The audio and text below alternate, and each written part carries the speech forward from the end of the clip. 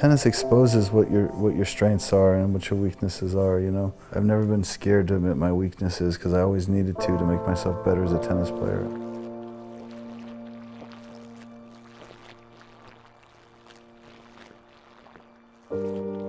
Timing for me is about, you know, being prepared, always being prepared for being receptive to any moment that approaches you.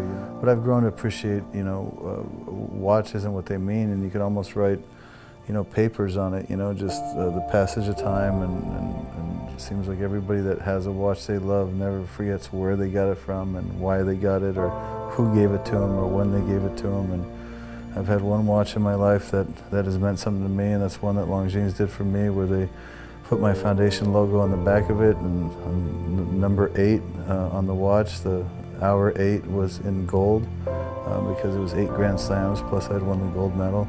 So it was, that watch really has stood out to me over time.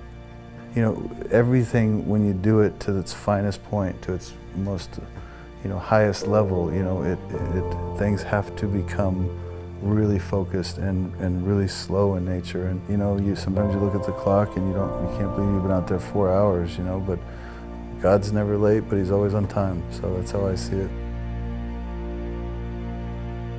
First thing after my tennis was documenting my life inside 400 pages with my book. I mean, talking about choosing wisely, you know, those words live long past you, and you fret over every one of those words, you know, and everyone that's engaged in it, that's intersected with your life. You know, you want to make sense of it. You write it for your kids. You write it for everybody else going through the human engagement. And that took all of me for about 2.5 years. That felt no different than training for one tournament, except it was a 2.5-year process.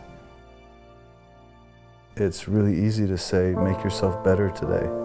You know, but when you're dealing with something that's less tangible, it's a lot harder to say, I'm just going to engage today and not worry about tomorrow and not think about yesterday. It's a different muscle. It's probably why most athletes struggle so much going from competition to retirement, because they just feel untethered to the very thing that made them care about today. It's a difference of swimming in a pool or swimming in an ocean. You know, it's like, there's no wall at the other end, you know. It's like I like the feeling of it can be anything you want it to be.